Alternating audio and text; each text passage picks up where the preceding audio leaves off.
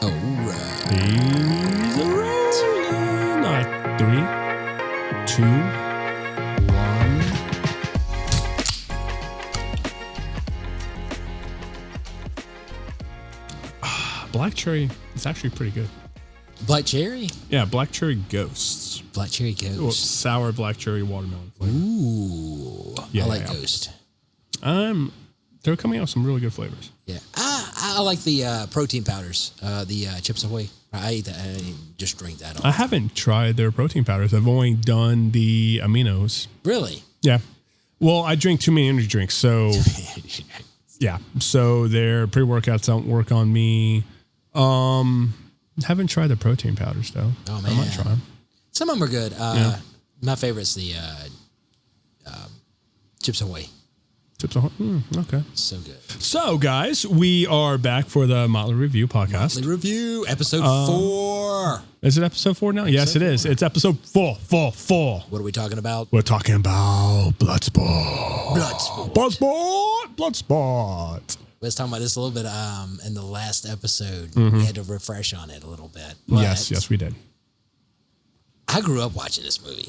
Like, it was religious in the house in a way. I grew up at a later date watching this movie. You did. You were saying in the last one that this is a perfect 3 a.m. movie in a way. It is a perfect 3 a.m. movie. Yeah. Yeah. So, all right, we're going to go off of a little background, guys. All right, so Bloodsport is a 1988 American martial arts film directed by Newt Arnold. The film stars Jean Claude Van Damme and a supporting cast of Leah Ayres, Forrest Whitaker, ding, ding, ding, Donald Gibb, Roy, I'm so sorry, Shinayo, I can't say that name, I'm so sorry, Bolo Young. The film centers on Frank Dukes, a United States Army captain and Jiu-Jitsu practicer who competes in an underground full-contact martial arts tournament called the Kumite in Hong Kong. The film is based on Duke's real-life claims. Let's emphasize claims. The film was marketed as a true story. It's one of Van Damme's first leading roles, showcased his abilities, launching his career as a mainstream action star. It showcased his martial arts skills, not his acting abilities. That's why we have this in our category of boom, boom, boom, boom, terribly awesome movies. So Yes, we're going to do do one of them every now and then. Yeah, one every now and then. Yeah, I don't know what we'll do next, but we'll talk about that later. All right, so initial thoughts on watching it again. Oh, man. I think the last time I watched this was a few years ago. I want to say like maybe 7, 8 years ago. Last time I watched it was like 2 weeks ago. 2 weeks ago. Well, I'm saying for me and you watching it again. Yeah. I'm saying prior to. And it's one of the times that like it was on, so I wasn't really like watching. It was just in the room on, you know? So watching it from the very beginning, some super cheesy stuff I forgot.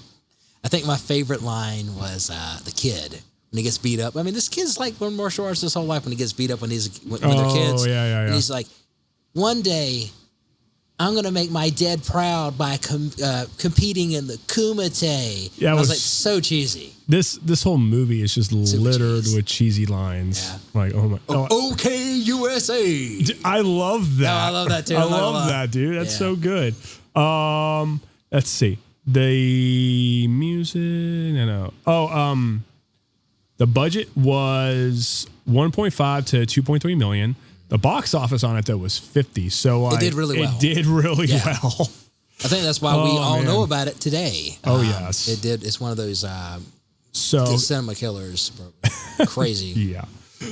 Okay, let's go to the cast. So yes, Jean Claude Van Damme as Frank Dukes. Frank Dukes. Put up my your, boy Dukes. Like put up your Dukes. Put up your Dukes. I love that guy who is like the probably my favorite character, the little manager dude. Oh yeah, he was amazing. Donald Gibb as Ray Jackson. So I don't. Donald Gibb is one of those guys that he gets littered in films, and you remember him from being like in these little bit parts. Yeah.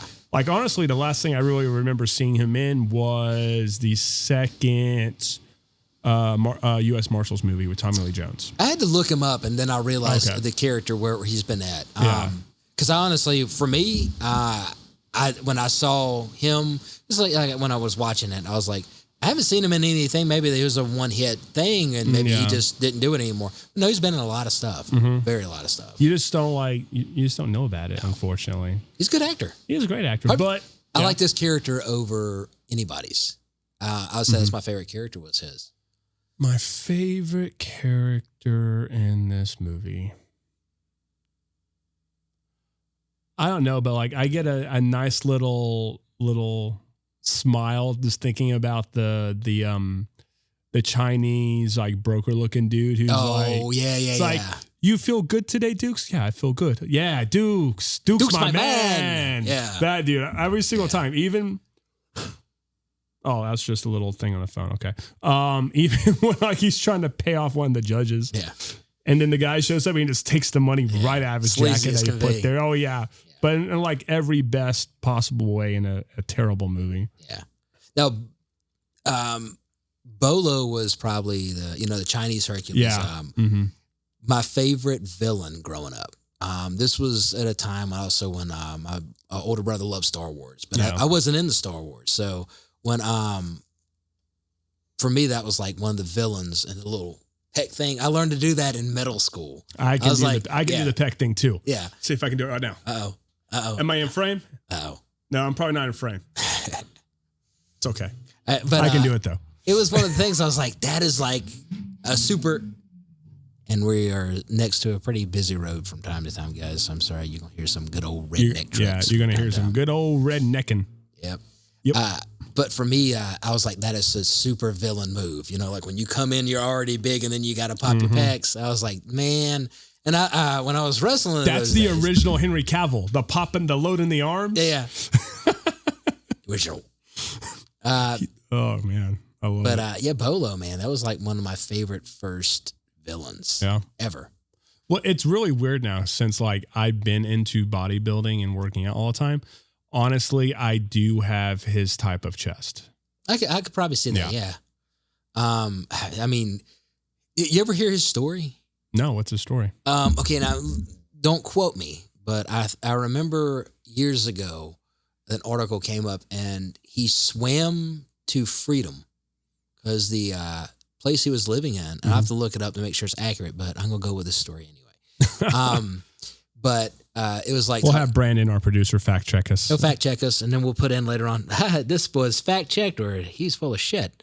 Or you guys can just shit talk us in the comments. That's right. You can shit talk us in the comments.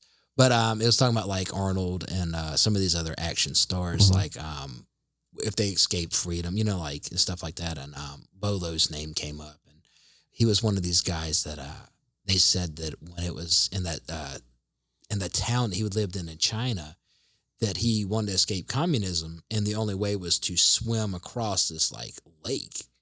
And this lake was, I mean, like you would drown most of the time, but this dude, just the way his body was built, he was determined to swim to freedom. And it's just, I mean, that's kind of a little story kind of stuck with me for years. And I was like, if you in a bad situation, you want to get out of it, swim your way across that river, But interesting kind of character. I think that was his kind of breakout role as well.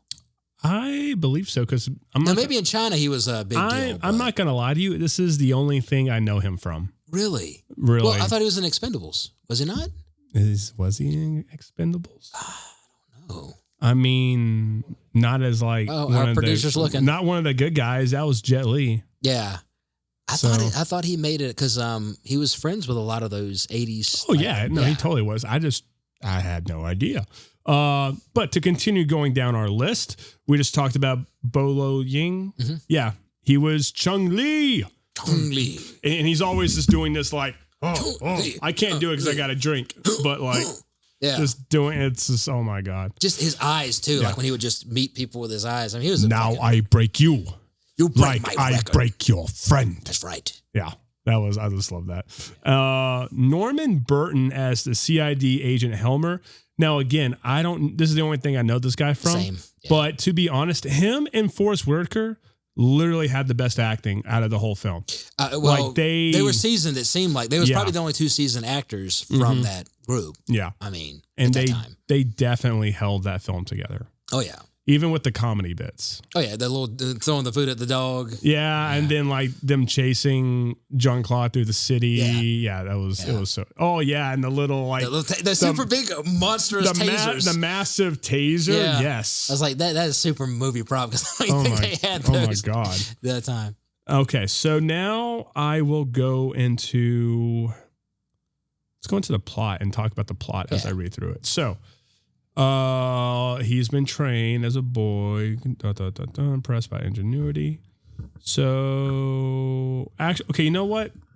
Let's just go from the first bit of it. So, how they set up the film, showing all these different fighters doing their different styles of martial arts, and they get they either get the invitation then, or they're talking to someone because they're already going. Yeah. How did you feel about that? I liked it. I definitely think that was a good move early on for the filmmakers because you start seeing the characters later on. Instead of wondering how they got there, you're introduced to them in the very beginning of and then it's also a martial arts movie, so you're seeing each of their martial arts, and if you look back at it the second time, you go, okay, this is picking the best fighters in different styles throughout the world. Exactly. So some of them you didn't see the. Did you notice one thing? And it just hit me. The tattoo. A lot of the guys had this eagle tattoo, and if you look at the tattoo, I think it was a prop because it was on the Chinese guy's chest. It was on the other Chinese guy's arm, but you'd see it even in the TIE fighter he had. It's the same tattoo.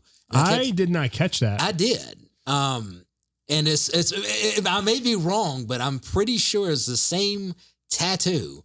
And I think it might have been like maybe one of the producers that was like an artwork maybe he made and he wanted to throw it in there. But yeah. Well, we were going to go to hashtag send it to Brandon. Send it to Brandon. We're going to do a Brandon check.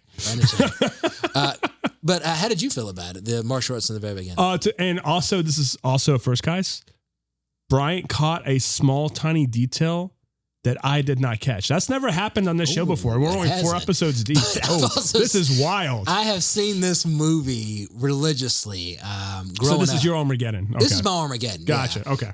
So it's like, it's like when you see a movie the first time, the second time when you see it, your eyes kind of start seeing. This is like my 200th time watching this movie. So my eyes were going like, oh, hey, tattoo. Oh, it's ending up everywhere. So I love it because you're going into it not knowing what's going on. All you know is it's a martial arts movie. I'm assuming if these people have seen the trailer, because in the 80s, I'm pretty sure no one went to see the trailer.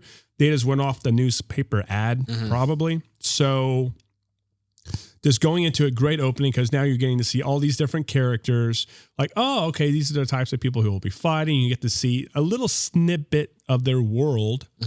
And then, but it's nice. So we get to see the world, the cast of characters that we're about to be playing with. And then you transition to our main guy who will be following, Van Damme, Frank Dukes.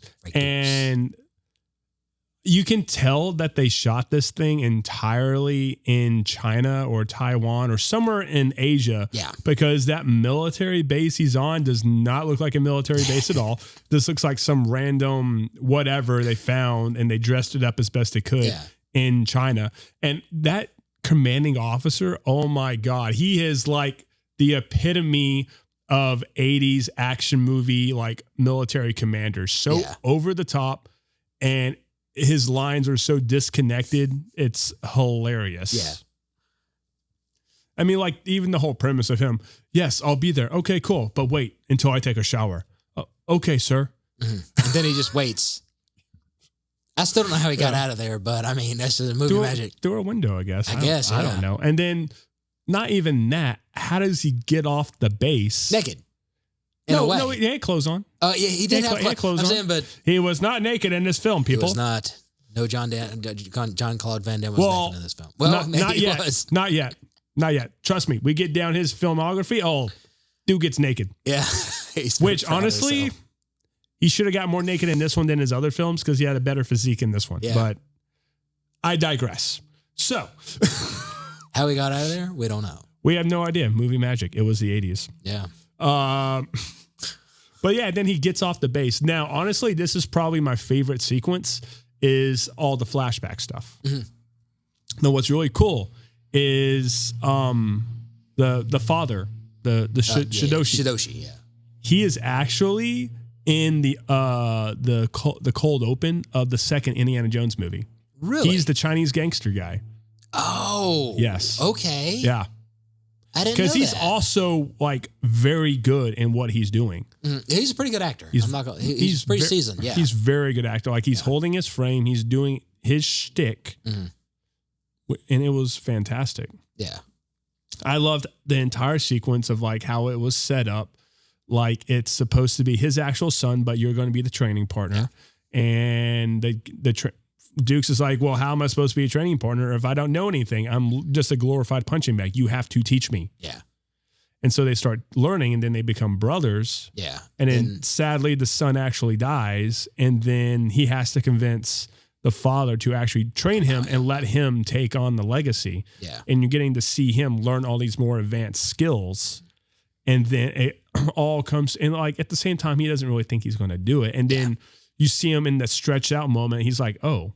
And then he's pulling in. And honestly, with the, as like terrible cinematography the film has, it has a terrible, they had a terrible stock of silver because film is made of silver. It was terrible film stock because while you're watching this whole movie, you're just seeing black spots everywhere. Yeah. And it's they probably just bought the cheapest. Hey, this is a secondary reel? Yeah, okay. Yeah, okay. Or this is all the like, what's it called? Unused ends? Oh, yeah, or whatever it could be it's something called. like that. They just glued them and taped them together. Exactly. Yeah. But for as terrible as this movie is, that's one of the moments that sits in my mind is that music. And that music is just it's so simple. It's so elegant, but like it tells a story. It tells a story of like, especially for the time. Yeah, especially for the time. That music is, I've struggled, but I can overcome. Yeah. Like that's what that music tells me, especially in that moment. Mm-hmm. And whenever that music plays in every little spot that it's actually in, it's telling the same story with that musical cue. Yeah, it is. If it's somber, it's a somber. Mm-hmm. And it's very 80s. Oh, very 80s. I mean, I almost feel like when I was watching it, the vibe I got was, oh man, this is like bad karaoke in the 80s. You know, like the songs you would pick for that stuff. Kute.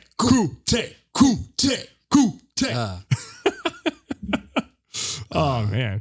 All right. And so let's see where we get to. And then, so arriving in Hong Kong, Dukes befriends American Val Tudo fighter Ray Jackson and their guide, Victor Lin. All right. What do we think about their Victor's introduction, definitely. It's definitely cool. But not Ray's introduction. It's a video game. And no, it's not. It's on the bus. It was on the bus. On the bus, and he's hitting on the Chinese lady. Yeah. And for anyone who doesn't know, in Asian culture, they're very well. Like, let's be honest, people in general like don't come up to me when you have that much bluster. But especially in Asian cultures, you definitely don't do that. And it just shows just his character and just what a rogue he is. I think it was also, for me, it felt like it was kind of attack on, because like Frank Duke's character, he's Austrian in a way. I mean, and it shows this very, oh man, this is America coming in. They'll just be, and I was they'll just be American. You just come over and just be like, I want you, lady, and let me take you over on a date. I do everything I want. Ray Jackson. I'm American and I take what I want. Yeah. And his fighting style was just straight redneck. I mean. Oh, 100%. He was totally just like using his weight. Haymakers. Oh, yeah. Yeah, wrestling, basically. I can take a hit and I'll dish it out, too. Yeah. Like, well, it says Todo fighter. Or a Veil Todo fighter. I want to go in. I want to agree with you, but I really want to click this and like see what an actual Veil Todo fighter is. Because all right, I have a feeling it's probably like a Scottish, because he seemed like he had some Scottish heritage. Like when they do the Scottish games. Everything goes, everything allowed, no holds barred, unarmed, full contact sport were very relatively. It became popular in Brazil in the 20th century. Would eventually evolve into modern day mixed martial arts. Okay, so we learned something. Yeah. Interesting, even though he didn't use any of those techniques whatsoever. Yeah. He went to straight 80s action movie martial arts, which is just punching and super body slow slamming mos and close ups. Using his head. He threw. Oh, he did throw people out of the threw ring. people literally out of the ring. Yeah. This is true. He did do that. So, okay, so it's a focus on striking and grappling, which is exactly what he did. So, okay, cool. And, so the country of origin for that style of fighting is Brazil. Okay. I can see that because cool. Brazilian Jiu-Jitsu. Yeah, exactly. Dominated the MMA. So they get there, they get to the hotel. What did you think about the whole like coin replacing the coin with the Arab dude? Yeah. Oh man, for that it showed me this skill that you're going to see later on with Dukes. Mm-hmm. It's the early time you see that he's quicker than anybody in the room. In a way, he was able to get the coin out of his hand and swap it before the guy could even see it. Mm-hmm. So for early setup for me and watching it so many times, it's like I automatically went to. You see this guy is not only he's a badass. Yeah. Right. And almost like Goku in a way. He's super, you're underestimating him from the very beginning. Yeah. The slow reveal of the guy's face, when he sees the coin. Mm-hmm. I definitely, I think it showed like this supernatural power that he's going to be entering. I mean, but that was Frank Dukes anyway. I mean, all his, yeah, his legend. His legend. Yeah. And my favorite thing is the end where it shows. 200 something knockouts in a single competition. I was like, God, man, I've trained with some badass motherfuckers. And well, I was going to say that to the end, but since you brought it up, I'm sorry. So that's okay. Yeah. So let's go back a little bit in the film, and Victor is walking them to the hotel. Yeah. Victor says there's only one Kumite every 5 years. Mm-hmm.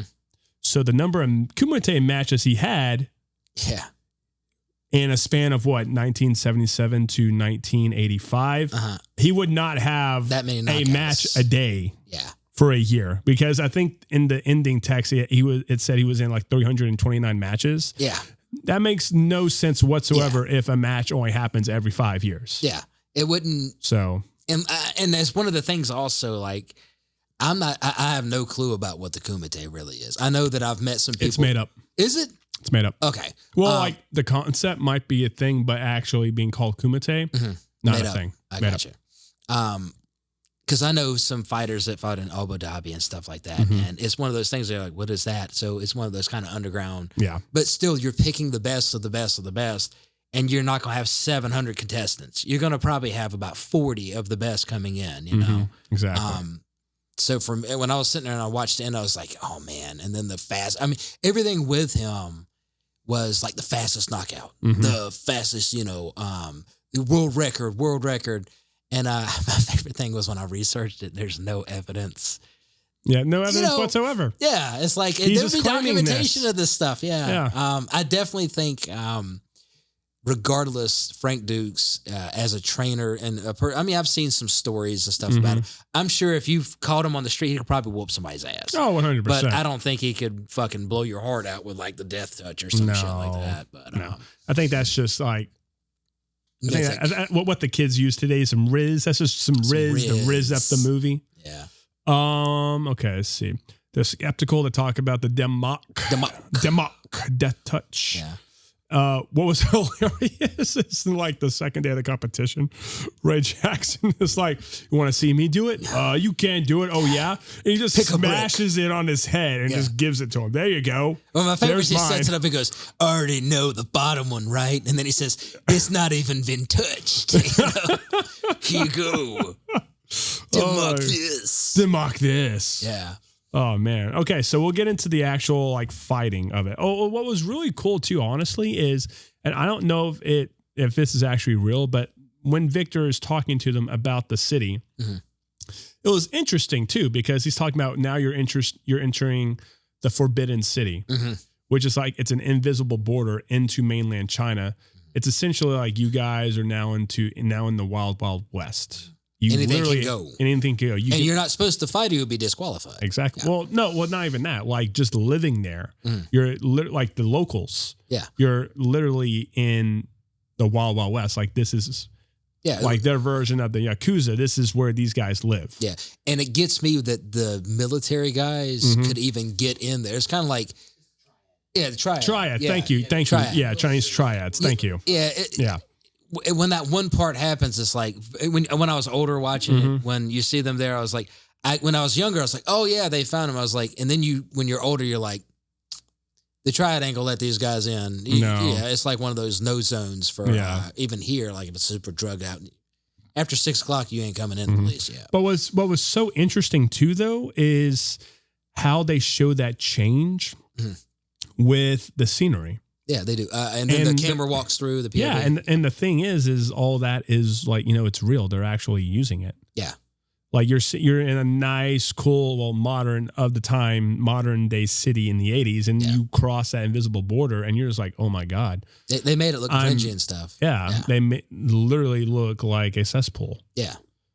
Definitely like you was crossing into an invisible border into a whole different forbidden land. Exactly. And I clocked that when I was watching it again. I was just like, oh, that's actually a very interesting detail on this. So, okay, now let's get on to the first day's matches. Okay. We first meet Chung Lee. You were kind of already talking about it, but what were your initial thoughts getting to that bit? One thing I hated is he's like the champion, right? And his very first thing, he breaks the record. It's like the immediately first match, he takes that guy and breaks like his own record at that point. It's kind of like, I think that's distasteful. It's like, sure, I mean, like, because then Frank Dukes later on breaks the record again. Yeah. It's just like, what's the record? This guy he's the champion before. He probably broke the record already before, broke his own record. And then at the end, 30 seconds. Athletes do that. They do tend to do that. They do. Yeah. I just don't see it like happening very first day, very first Chun-Li, Well, you're talking about the best of the best too. That's true. what I was saying. Yeah. For me, that's why I was saying it's a little distasteful because I would think like the fastest knockout would be when you're fighting the best of the best in the whole world. And it goes a little bit longer just because you guys are so worn out. good. Yeah. I think everybody, very first day, it'd be like, God, they are still brawling it out, Definitely like 5th or 6th day. And that's one thing I hated was they didn't show much of the bruises till later on. Well, it's an 80s film, they weren't going to really do that. Yeah, no, I get that. Unfortunately, but they didn't have the time or the budget. Yeah, without a doubt. Yeah. Okay. So what do we think about the reporter? I get her character for the 80s. They had to always have a love interest somewhere. Somewhat. Yeah. I didn't. You would think that in the end credits, I think that she would have reported. It would have been like, well, something she reported to show some legitimacy of. Because I think they just wrote her character in. I don't think I'm more than likely she wasn't there if there was a Kumite. Yeah. But I didn't really care for her character. And realistically, I wish it would have been an Asian girl, maybe instead of an American reporter. I mean, an American reporter, There's still, I wouldn't say they're doing the whole like whitewashing thing there, but they are, because this is a film geared towards American audiences. They want a couple more American people in there. So I totally get what they're doing. And I do think that was a thing, especially if we get to the TV show Tokyo Vice, because that's based on a true story. That was a real thing. I think he was I forgot the guy's real name, but small tangent. But he was the first Westerner to be a hired reporter for, I forgot what the newspaper was called, but it was like the New York Times of the Asian world. Okay. Yeah. And this was in the 90s or early 2000s. Oh, okay. So if we ever get to Tokyo Vice, amazing show, we can start talking about that. So, but basically what I'm saying is it's a thing, but that happened in real life later on down the road. Yeah. So anyways, but I get your point, and that, it would have been cool. Yeah. That's just me. That's one little kind of like caveat I hated. I figured, if the film's about martial arts, maybe make it a female martial artist that maybe couldn't get into the competition because she was a female or something, Yeah. That's one thing I hate about that character. It's kind of like I felt like they just made it to throw it in as a love interest. That was just me. Oh, they 100% did. Yeah. It's like the 80s. We need action and tits and ass. Yeah. That's what the 80s were. You know, action, tits, and ass. I'm going to throw in my favorite line of the whole movie. Okay. And it's one of these sincere moments at the end. Frank, wherever you are, wherever you need to, I will be there. I got you, brother. And I was No. He said, I love you. I love you. I love you right. too. I love you too. Mm-hmm. And I was just like, man, you got this whole badass fight scene and all this stuff. And then you're going to have this sentimental stuff between this big fucking man. It's like, I was like, that kind of killed it for me. But when you're a kid, you're like, oh my God, they're going to be best friends for life. I think my favorite line was the very end. You're always late when he's on the plane. Yeah. That They're was all like, funny. I think he's not coming. Actually, you know what? I take it back. My favorite line, like serious line, is the old man, because towards the end of the film, if you've never seen this before, eventually he gets the two CID guys to actually go and watch him fight, and the reporter chick, and they all basically show him. Well, he shows them like, hey, this is me. This is what I'm doing. Yeah. They see how talented he is. And the very end, the old man goes, just glad you're on our side, kid. Yeah. That's such a great line. And I'll give you, that's one of, as a serious line, I think it also pays a good thing, you know, like he's part of the American, which is weird. I think he's Canadian. Can you? I don't know. Oh, I can look it up. Yeah, look up Frank. I think Frank Dukes was a Canadian citizen. And I kept thinking that's another thing that kind of bothered me. Can you be and you might know this. Okay. Can you be a U.S. Air Force if you're a Canadian citizen? You can, but you have to give up your native country citizenship. Okay. Yeah. Yeah, I think he's Canadian. I think when I looked up. It also depends on the country. Yeah, he was born in Toronto. Yep. So he's not even an American, but he's a Canadian American guy. Canadian American. But that's one of the that one line. Definitely anything with Shidoshi. I really those scenes were very. Those are the best scenes of the whole film. Oh, I and agree. it set up the emotional impact on everything from the very beginning when he takes the sword and trying to steal the sword. I hated the kick when the kid comes in. It's like. Just like takes him out real easy. Oh, I mean, because when I was a kid, when you used to get in fights, it wasn't one kick kind of took you out or one. I mean, you know, you learn pretty early on. You can take a few. You know, you can take a little bit. Yeah. But anything with I mean, like we was talking about though, him and the two FBI guys, they were seasoned actors, while these other guys, I think, were just kind of thrown in as an early role. Anything with his scenes were just incredible, I think. So. What I really liked about it was like they're showing the tournament of this whole thing, and like the fighters are starting to like get whittled down, and then he meets the reporter chick, and they're having a nice flirty flirt thing going on. Yeah, and he eventually beds her, and then she's just like, "Oh, you can't get me into the tournament." He goes, "No, I can't." Yeah, but I can't do his accent. It's all good. I'm so sorry. And his acting was awful, but it's okay. Yeah. And then he gets there. And what happens? She's there. She's a pretty face, and she got in. Yeah, and I like how they did that, though, because when he's talking to Victor, I think it's Victor, you see her in the background, and I thought that was very tasteful for like the filmmakers. I was like, you're including this little thing that's going to be a thing, and you see it before he sees it, and then you know, sadly. For her character, I'm sure she had to sleep with that guy as like a prostitute in order to get in. That's in the story, 100. Actually, no, I take it back. No, probably you don't not. think so? No, I think she probably teased and promised a lot of stuff afterward. Okay, I'll go with that one. I'll go with that one. I feel like that's what she actually did, to be honest. I don't like the narrative that like women in film at least have to literally sleep to the top. I mean, that's definitely a thing, but I don't think it's as predominant as we think it is. I could be wrong. Yeah. But I'm on the mix about that on the fence. Okay. And not getting into it too much, but I think a lot of it's opportunity. It's men too. Men would take an opportunity, and then they bitch about it. Yeah. Well, at least in the given circumstances of the film, she could have done that, but I'm thinking she went the Lois Lane route. That's what I'm trying to say. She went the Lois Lane route. She promised, flirted, did all that stuff, but when it came down to the end of the day, she got what she wanted, and she got what she wanted. Yes. And those guys already saw her in there, so it's kind of like, I guess you're welcome anyway. If they already saw you part of the tournament, it's like I don't think anybody at the door would be like, hold up, wait, exactly, they recognize you. You're supposed to be there at that point. Yeah. So, what were some other high points in the plot for you? For me, like I said, anything with Shidoshi, even the flashbacks. And I'm going to revert one thing. Okay. Instead of my favorite character being Jackson, it's the ring dude. Oh, the ring guy was without amazing. a doubt.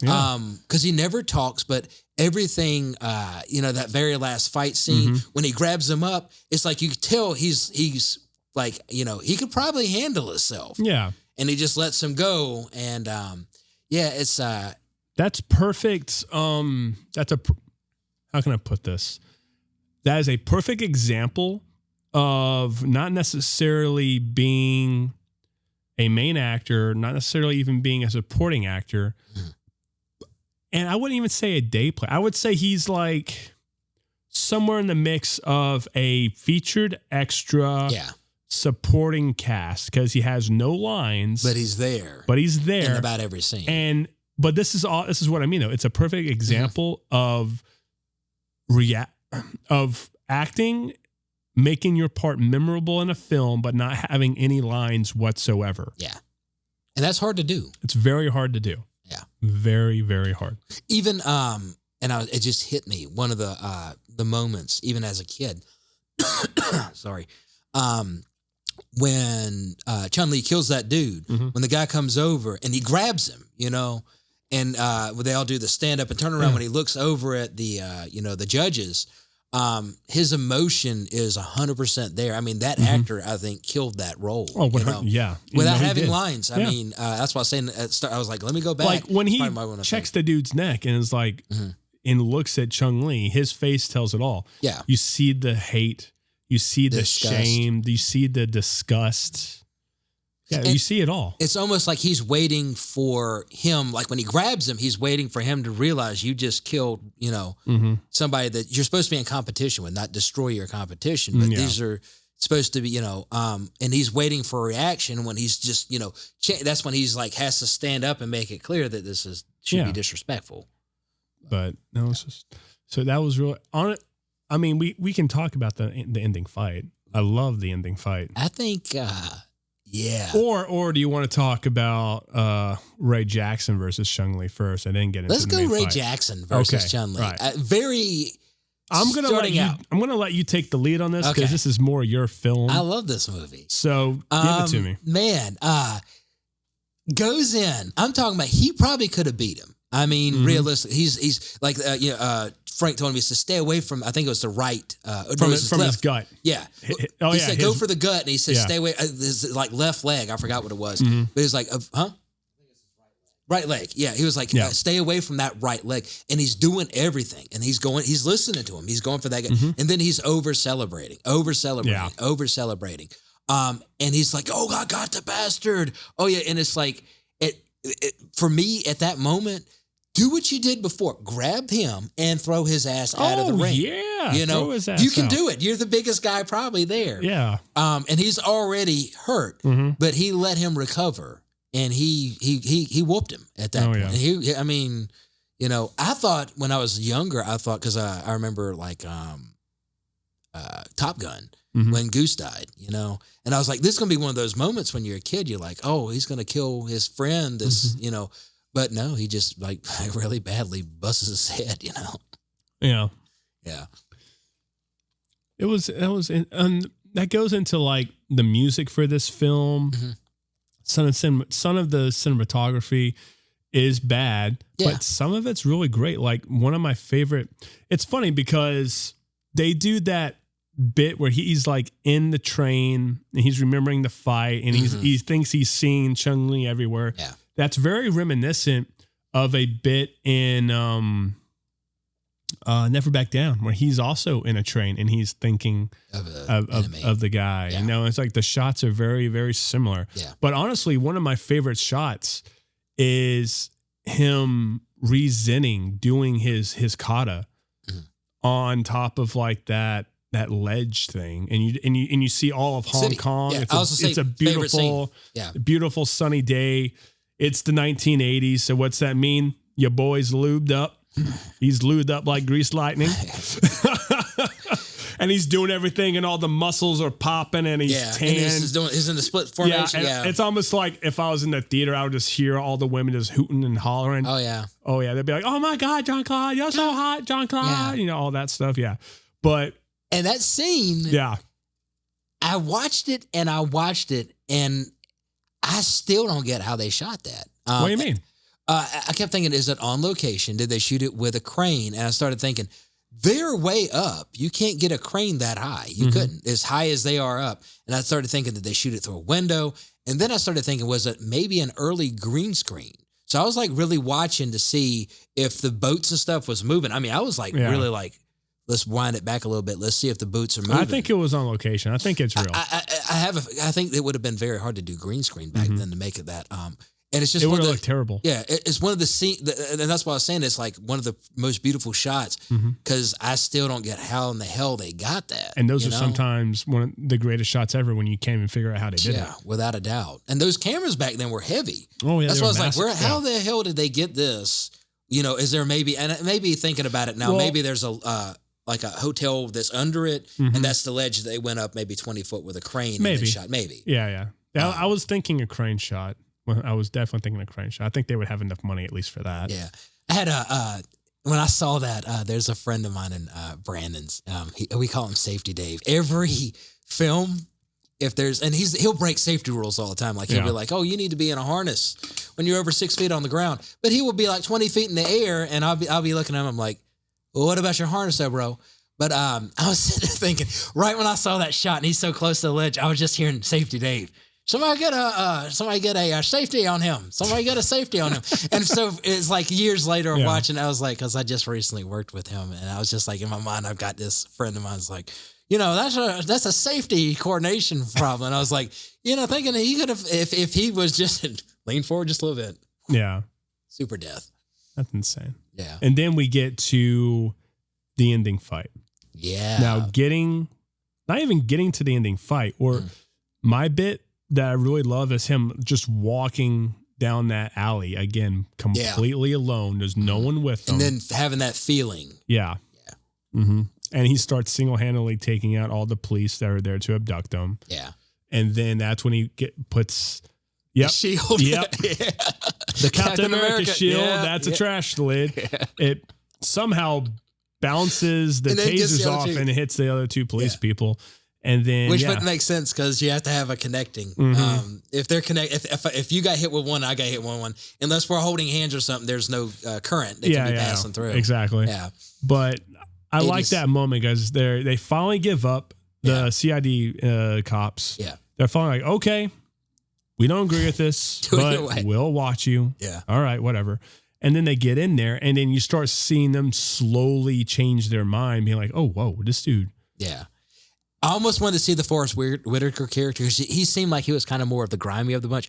I was hoping to see him start betting. You know, I was hoping to see him start betting. Yeah, that would have been hilarious. While we're here, let's just go ahead and make some money. Let's go and make some money because Dukes, you my man. You my man, Dukes. You my man. You my man. But like just going into that fight, that ending. Well, no, not even just that. Honestly, like when he's fighting the kickboxer too. Yeah. Or not the kickboxer. I think he's TIE more fighter. Yeah. I was thinking he was actually Slavat, but okay. Oh, I didn't think about that. I always thought, because around the same time... Guys, we're talking about the tattoo guy. He looks like he's an Irish guy, right? Yeah. And he would always... Yeah, he's always... They came up, yeah. And then he did the same thing, too. That's one thing I like, too. Like, he tried to emulate him. And I was like, that's, in a way, that's like showing that he was willing to drop his martial arts, what he knew, and go play with somebody else in their kind of field. Yeah. I hated the kicks. Really? I love that part. It's just like, come on, keep going for it. I'm saying, but for the fact that this dude, like any kickboxer, is going to be used to taking him. It's like, yeah, that's true. I thought it's like you start seeing him like really wailing in, and then he's like starts really going in. And I was like, maybe do that with like a different fight. I get the idea of it, but for me, I was sitting there while I was watching. I was like, that dude could probably be, he's probably trained to be taking those. But it's also playing off that he's got this kick, this demock is going to be not just hitting, it's blowing into this guy's guts in a way. Yeah. So I was just thinking when I was watching that, they're both very good kickers, but Jean Claude is more conditioned. Oh, without his body's built to be able to take that punishment more as opposed to the other guy. Yeah. And that's how I took it. I liked it. Yeah. Especially like it shows like Shidoshi put him. I mean, you see what he's been putting him through. Oh, yeah. His body's been tortured, you know, without a doubt, wrecked to oblivion, you know. Shidoshi. But then, we get to that ending fight. Yeah. Dukes is up there. Chung-Li is up there. Emotions are charged. Yeah. Everyone's like, who's going to win this? The reporter chick is freaking the fuck out. Because I don't know if she loves the guy, but she definitely cares for the guy at least. And then we just start seeing them go. Yeah. And it's really awesome. And then because he's getting him. Yeah. And then he pulls that stunt that every 80s bad guy does. They just do something cheap and fogs his eyes up, and now Jean Claude's on the ropes. And then it was so like this inspirational and emotional because he's taking him out now, and he's on the ground. He's screaming in frustration in slow motion, 80s slow-mo guys. Yeah. And then he calms down. He centers himself, and then he goes back to his training. And then the tables turn again. And they did that tasteful when they show early on, and I'm pretty sure it didn't just happen in the flashback, but early on when he puts the T down and then he catches the punch. So it's foreshadowing that even blind, he could destroy. He's a weapon. He's a weapon, without a doubt. And that's, the fight scene for that, I think anybody that's ever seen Bloodsport loves that scene. I think so. Yeah. Yeah. Because he just goes into it, and like he even throws the ref at him, and he catches him. It's like, no. And then he brings him back, and then he's back into it. He's filling out. He's doing his defenses. Filling the way, Exactly. And it was such a great direction to show the tension. Yeah. And then he goes, because then that guy shows up. He's on the crouch. He's about to go in. And then he just starts doing his defensive kick, and he's just forcing the guy back, and then he starts pummeling him. It was just amazing. And then as he's winning and over and outmaneuvering this guy blind, you start seeing the two CID guys getting into it. You start seeing the woman get into it. It's like, what can this man not do? Yeah. And the crowd, and he eventually wins. Yeah. Makes him say, Mate. Mate. Which is uncle. Essentially, according to Victor. Yeah. And that was great. And then what I thought was amazing and kind of sealed the deal on that is when he gets the katana or the sword. I don't know if it's a katana or not. And the main elder tells him, you fought with honor and inspiration. Not just honor, but inspiration. Yeah. That's what gets me all the time. Yeah. And that's another cool thing about this movie that like not a whole lot of people really think about is we need inspiration. Yeah. People need inspiration to do things in their lives, or they'll just be very... If you're not inspired, And obviously the story is made up. It's fictitious. None of his claims are real. That's okay. Yeah. But the way that he has progressed and he's faced every challenge head on is inspirational. Yeah. And I would say that might be the theme of this film is honor and inspiration. Yeah. So I'd say that. Yeah. What? And it just hit me. I want to know your ideas on the sumo guy versus him. Oh, yeah.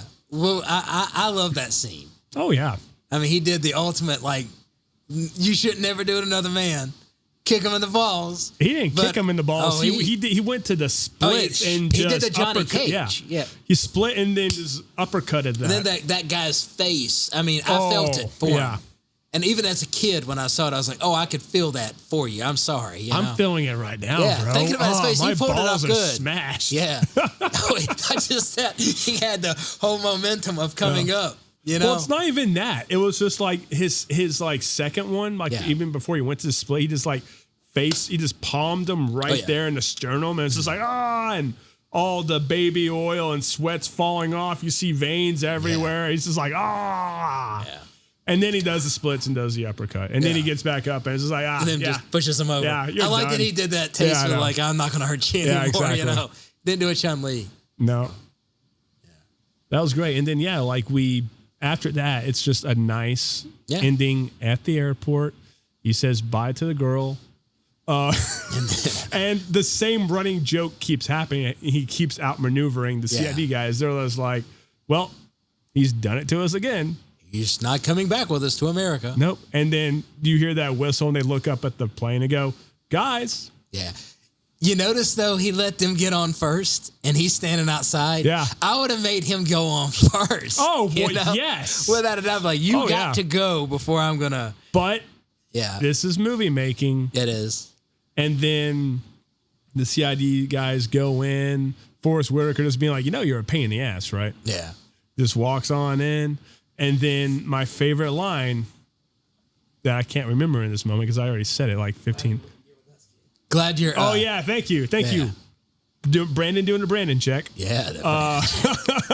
I'm glad you're on our side, kid. Glad you're on our side. And then he walks on in, and then probably my favorite ending to a film because I do it. Mm-hmm. I catch myself doing it is instead of saying something to the girl, he just goes ciao. Mm-hmm.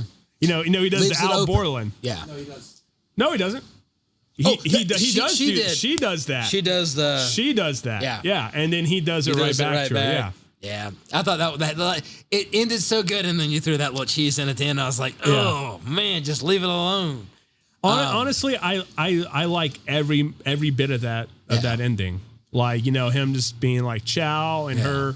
Well, no. So this is what that ending shows me. Yeah. It shows me that they had a little, what I would call rendezvous with destiny. Yeah. They had that, but ultimately they're friends. They care about each other, and they respect each other. Yeah, you could definitely feel that through the whole film. And not just that, she understands who he is because this whole time that we've been watching this with their interactions, she doesn't understand him until that last. It's weird because she finally sees who he is. Yeah. In that final fight, but we don't get to see them talk about that or anything. And it was hinted a little bit. Remember, he said, "Why did you want to be?" That's before the fight, though. Yeah, that's before the fight. And even though they had that argument, but watch her reaction in that moment. She still doesn't understand what he's saying. She had to see it. What it meant for him. Yes, exactly. She had to see it. Yeah. And then when she comes off that bus and he goes like that. Because he knows how she is. He's just like, all right, well, I'll see you later. She goes, no. I see you. Yeah. And does that. Yeah. And after seeing, because I remember he was a Street Fighter too. So whenever he does this, all I see is Giles, Oh, yeah. So it's Street Fighter. Yeah. In our current, in our usual segments that we do. Yeah. What would, if someone gave you this script and was like, hey, I want you to make this movie, X amount of dollars. Yeah. What would you want to do? Basically, what would you want to do? We're doing a remake. Yeah. How would I do it? How would you want to do it? All right. Who would you want to cast? Who would I? Where would you want to set it? Yeah. Have it set the whole shebang. I want to hear it. This is your movie. Okay. Ooh, you kind of threw me for a curveball on that one a little bit.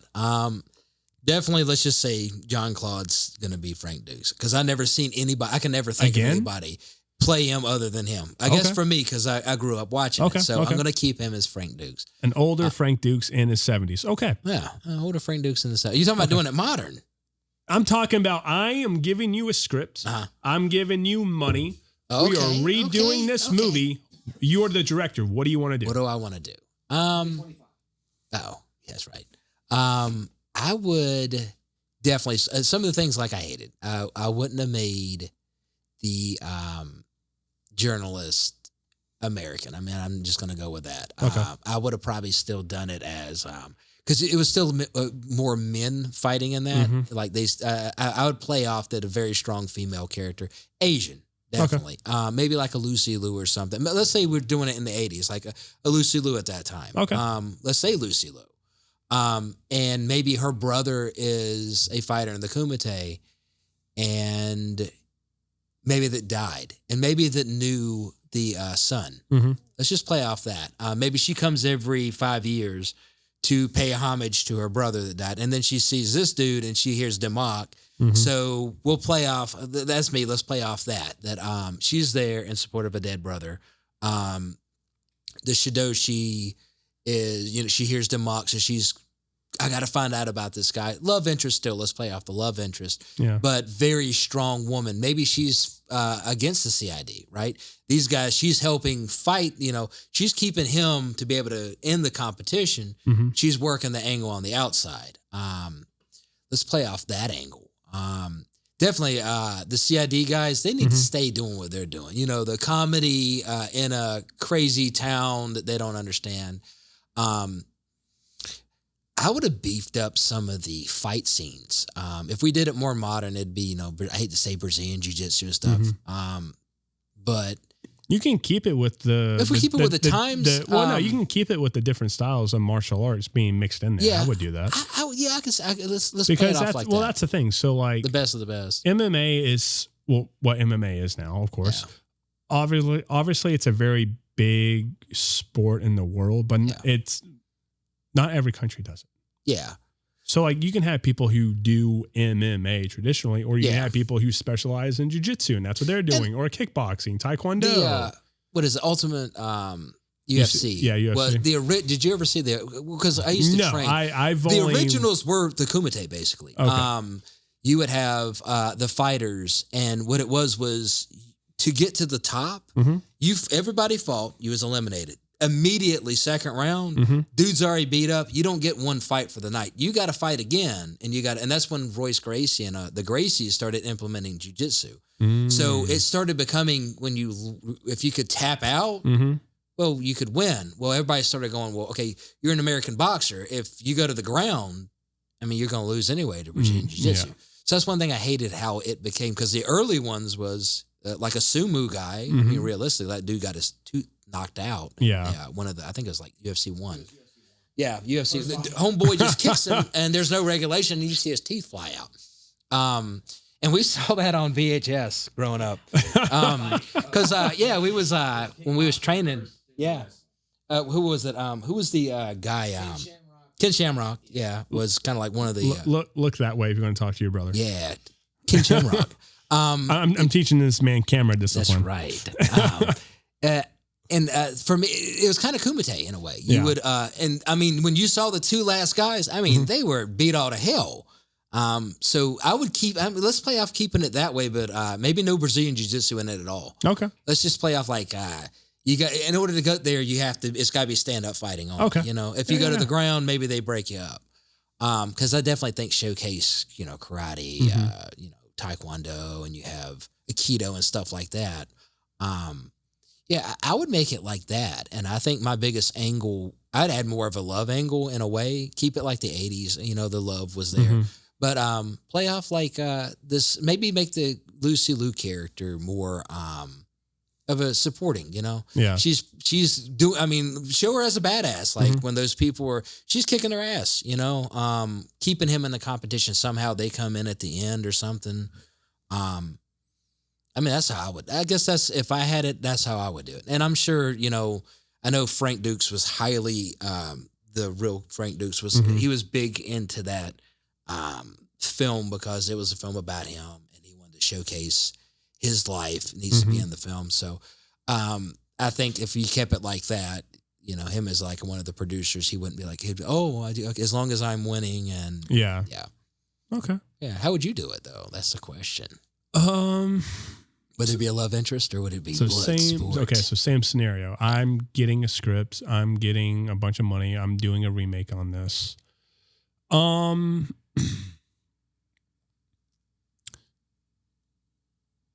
Well, my take on it would be different. So we already know nowadays that, yes, this is a film about his life, about claims. Yeah.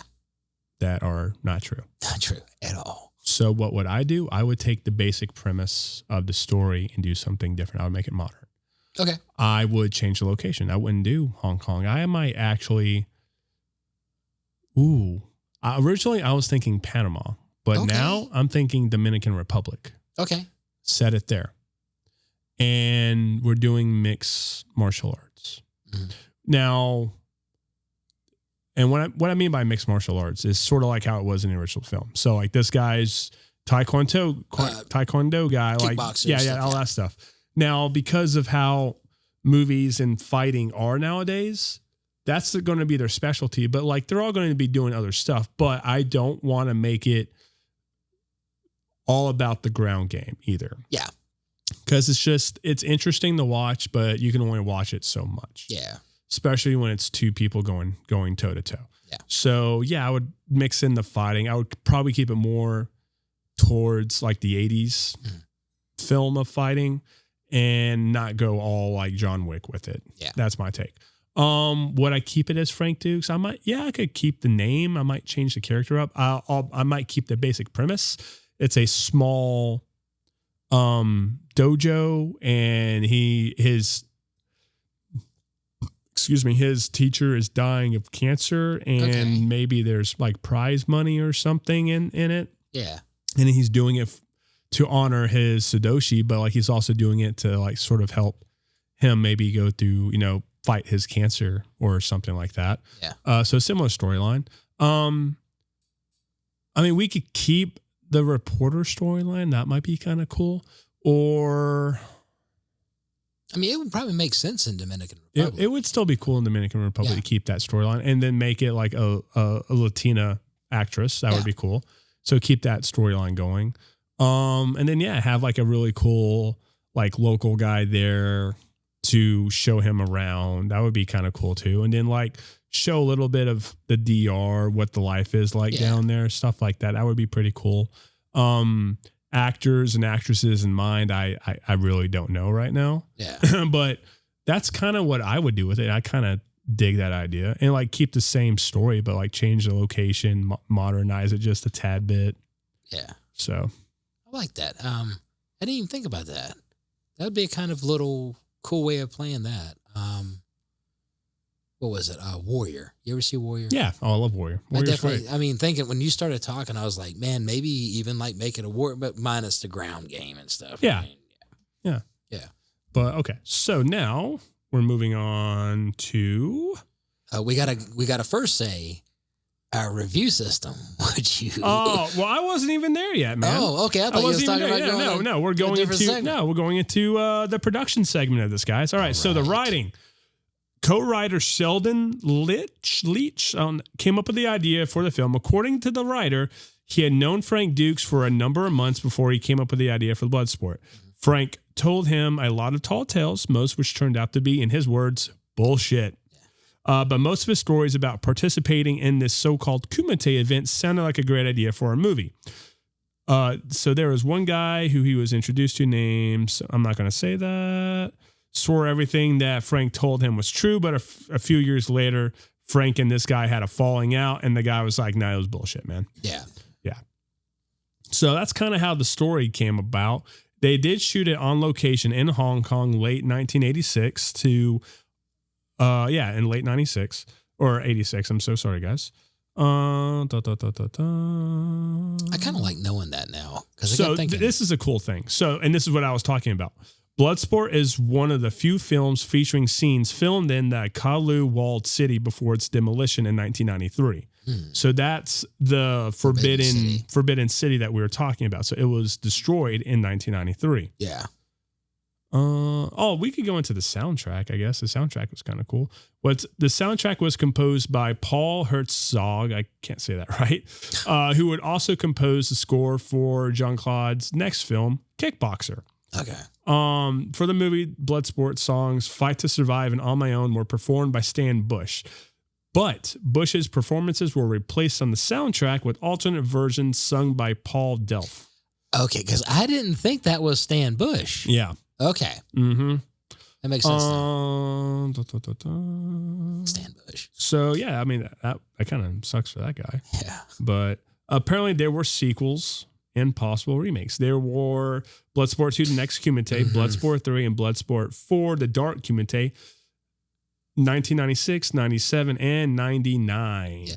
When I looked that up, when we was talking about watching it, I didn't realize they had multiple Bloodsports. Like me and Brandon was talking about it, and he was like, there's more than one. And I was like, apparently there's more than one. Oh, yeah. Yeah, I had no clue. I guess it did so well you would follow up. Well, what's funny is when stars and digital cable finally became a thing in the mid-aughts or the mid-00s, whatever we call them. Yeah.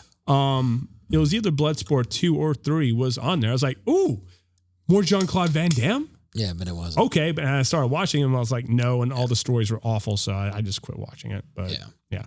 Okay, so yeah, now we can go into our rating system. Rating. Of course, I would always watch this movie because it's kind of in my DNA. So for me, our rating system is if I rented it today, I would still pay the money if I had to watch it without a doubt. If I didn't grow up with it, I'll probably not. I'm not gonna lie. But for me, I say I like it, regardless of whatever it's ever gonna be. And it's terribly awesome movie. It's terribly awesome. What about you? Honestly, I would buy it because, well, I did. Yeah, I did too. I got it. Yeah, I have it on Blu-ray in a double feature set with Bloodsport and Time Cop. And what's hilarious is I never pull out Time Cop, but I always pull out Bloodsport. Yeah, I got the double with Kickboxer. Oh, okay. So I never pull out Kickboxer. This time I watched it. I think it was Peacock though, because I was like, doing his little dance thing or whatever it was. Yeah. Yeah. All right. So what? Ooh. Oh. This is a new segment that I thought of the other night, and I figured I would give it a whirl right now for you. Let's do it. This new segment will be called, What Are You Watching Now? What am I watching now? And I'm going to be presenting you with that question. What are you watching right now? Ironically, The Walking Dead. I just finished, and it's one of the things, some friends of mine kept saying, you need to watch it, you need to watch it, you need to watch it, because so I watched the whole Walking Dead, and then I went into, I didn't realize they had all these spinoffs, so I just finished, what is it? Fear of the, well, no, I'm in Fear of the Walking Dead. Okay. I finished the one with the Rick Grimes character, The Ones That Live. Why did you do it that way? Me, because it came up as on Netflix as next to watch. So for me, I was like, it's not next to watch because it's the more modern. But for me, also at the end, I was like, Rick comes back in and Michonne at the end. I was like, I just want to see what the hell happened to him. Okay, well, I don't know what the timelines are. Hopefully, Daryl Dixon show. I haven't seen that one Dead yet. City. I haven't seen that one yet. And it's with Maggie. Yeah, and I've seen the previews. I just haven't seen it yet. I got it in my queue. And then that one. Hopefully, they all happen somewhere and within the same length of time because I don't know. But he did it wrong, folks. I did it wrong. You're supposed to do Walking Dead, Fear, Dead City, Daryl, and then that one. But there's also Beyond the World, and you need to watch Beyond the World before you watch Dead City and other ones. I've heard of Beyond the World. I haven't. It's only 2 seasons. There's a reason why it only lasted 2 seasons. However, I think it has the same organization that CRM. Yeah. CRM. CRM. Cool. So that's what you're watching right now. That's what I've been watching. I'm trying to think movie wise. Right now, it's just been late nights. Get back from work, and I'm like, oh, let me see if I could do an episode or two. Okay. I finally right now. Morgan just came in. I think I'm on season 4. So for Fear of the Walking Dead. So, okay. I mean, that's where I am right now. That would be 3. Season 3. I think, yeah. So I'm a little far. I think there's 8 seasons, right? Or 7. 7. They changed showrunners that season. Okay. And so now it's more of a Western. It feels like it early on. I've only watched one episode so far, and I'm like, it got a whole different vibe. Yeah. And they moved from California because they were actually shooting it in California. Now they are shooting it in Texas. Okay. Yeah. Yeah, I can see that. I like it so far. The new gunslinger, I like him. John Dory. Oh, Yeah. he was by far my favorite character. Yeah, I want to see. Don't tell me if he dies or not. I want to see. I ain't telling you nothing. Don't worry about it. Right now, I really like that character, and I mean, I've always liked Morgan as a character. I'm like, I love Morgan in the show too. Yeah. Very conflicted. No, Dory is literally my favorite character in that whole thing. Okay, so I'm looking forward to seeing where he goes. I love Dory. Dory's amazing. What are you watching right now? Dude, I watch a multitude of things. Most recently, I just finished. This has nothing to do with film or TV, but I just finished. It's called Quart of Gold. It's a Netflix show. It's a sports documentary series. Okay, so it's talking about the basketball tournament for the 2024 Olympics and how that all went. So they're highlighting Team USA, Team Canada, Team France, Team Serbia. Those are the main teams that they're covering, and you're just getting to like understand what went down and in that point in time in the basketball world. Okay, in 2004? No, 2024. My bad. 2024. So the Olympics that just happened. Yeah. I gotcha. Yeah, so it was very interesting because people are dubbing the team that we just sent. They deemed it Dream Team 2. Really? Yes. Okay, the only dream team I've ever recognized is Michael Jordan, Larry Shaq, Bird, Magic Johnson, Charles Barkley, I think Scottie Pippen. Oh God, yeah. Pippen, bad. Yeah. Scottie Pippen. Yeah. So basically the 93 Bulls. Yeah, basically the 93 Bulls. And they were beating the teams back in the 90s. Oh God. Well, in that specific Olympics, like a drum, it was like a 30-point. Oh God, yeah. You had Michael Jordan. I mean, I don't care what anybody says. The dude is the GOAT. I don't care what anybody says. I mean, that's just me. The hero when I was a kid. So, same. Yeah. Like that's the Bulls, even though he's not with them anymore. That's still my favorite basketball team. Yeah. Oh yeah. What they did. Oh yeah. I mean, championship. You know what you need to watch now? What's that? You need to watch The Last Dance. That's on Netflix. Oh, you've seen it? Yeah. It's so good. I mean, like I said, I'm a huge fan. Yeah. It's so good. So that I have done the pilot episode or just episode 1 of, it's called 0 Day. And I saw the, I thought it was a movie with Robert De Niro, but it's actually a TV show. Okay. So that got me intrigued. I was like, why is he doing a TV show? Yeah. Because the same thing happened with me when Stallone was doing Tulsa King, because he was doing a TV show. I'm like, is that any good? I like it. Okay. You would like it. I was like, I wonder why he's doing a TV show. Let me check this out.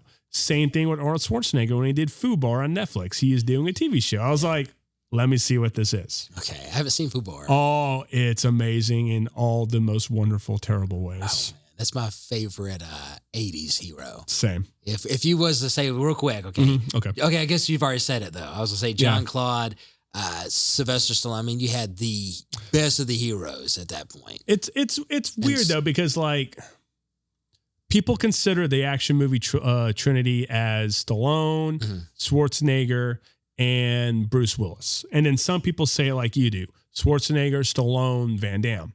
I mean, well, you had Stegall. Not really. His movies were all in the 90s. True. I forgot about that. His movies were 90s. They were. Under Siege still love that movie. Yeah. I mean.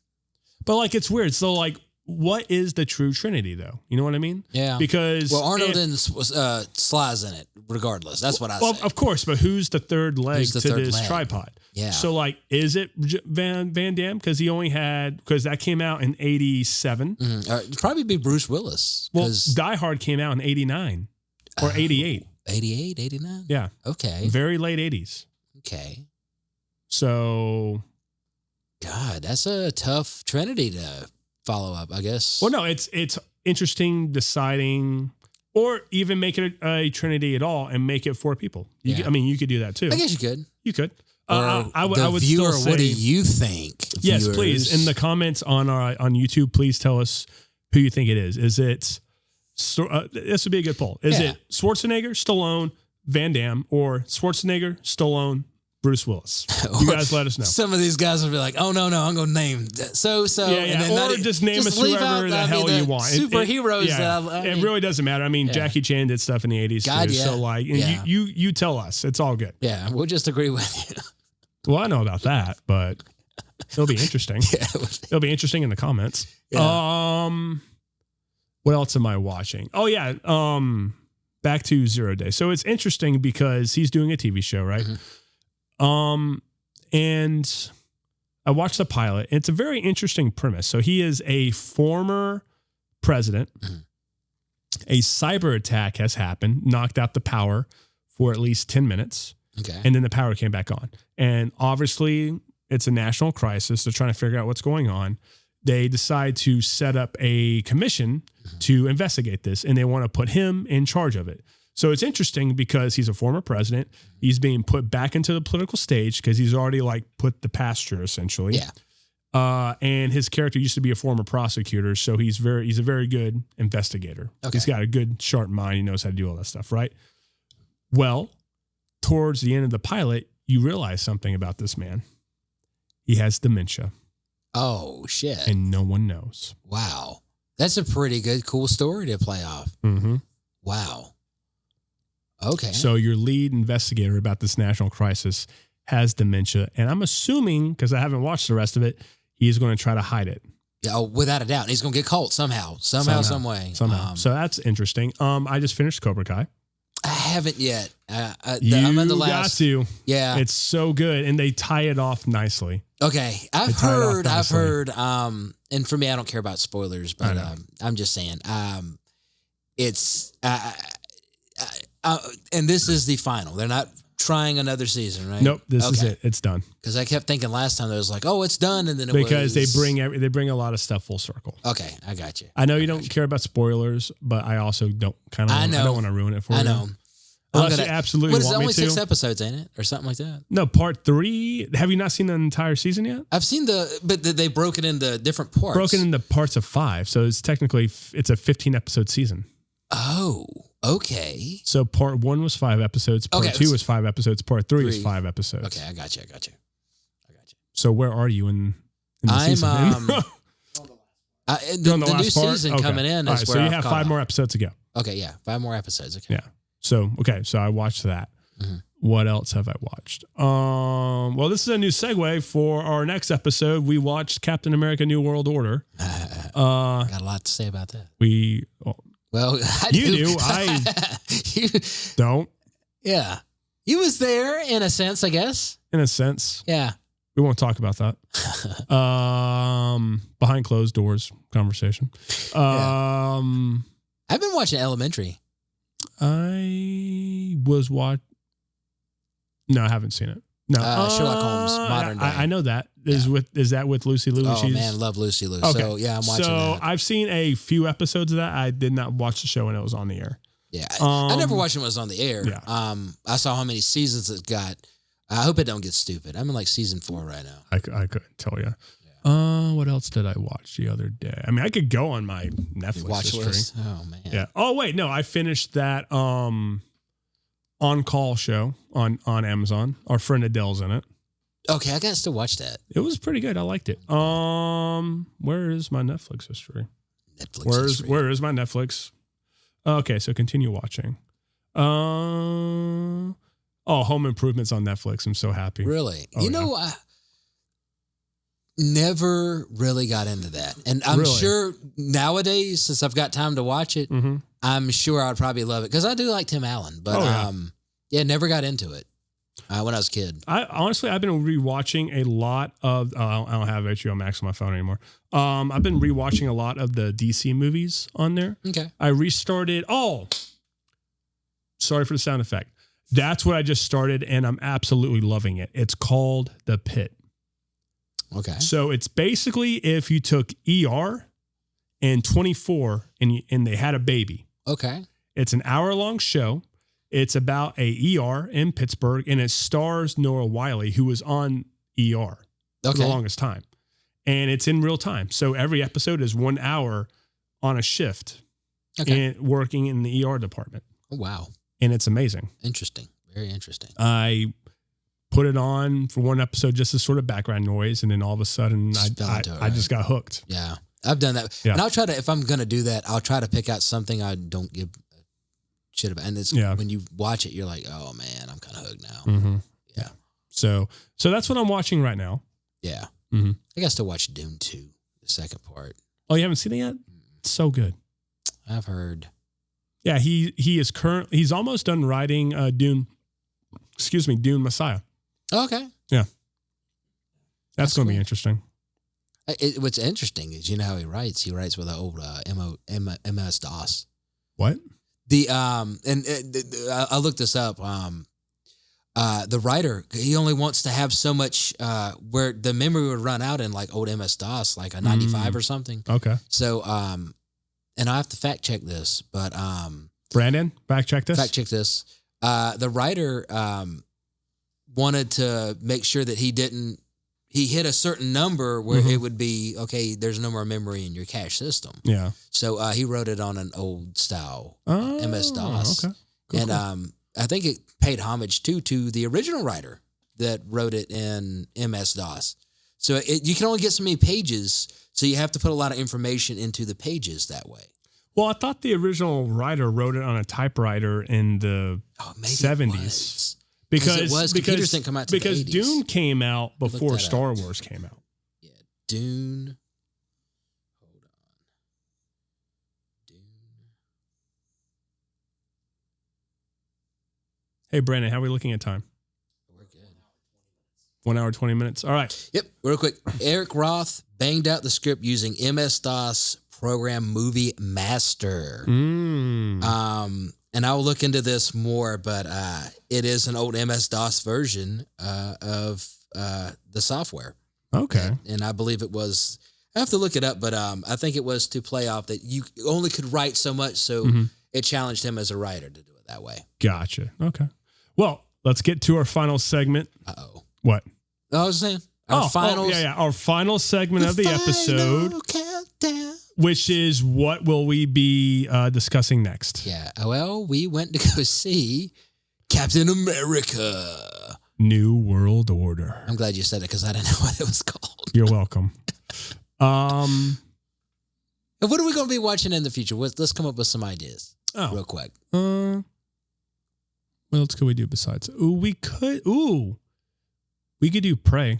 Prey's a very good. I haven't seen it yet. And I've been wanting to see it. Yeah, the Predator series. Yeah, you would love it. Okay, so we'll do Prey. Done. Yeah. Easy peasy. Easy peasy. Yeah. That was quick. Yeah. Probably one of my favorite. That's one of my favorite like horror series in general. Predator and Aliens. Man, love that stuff. All right, guys, it's sad, but we're coming to the end, and we are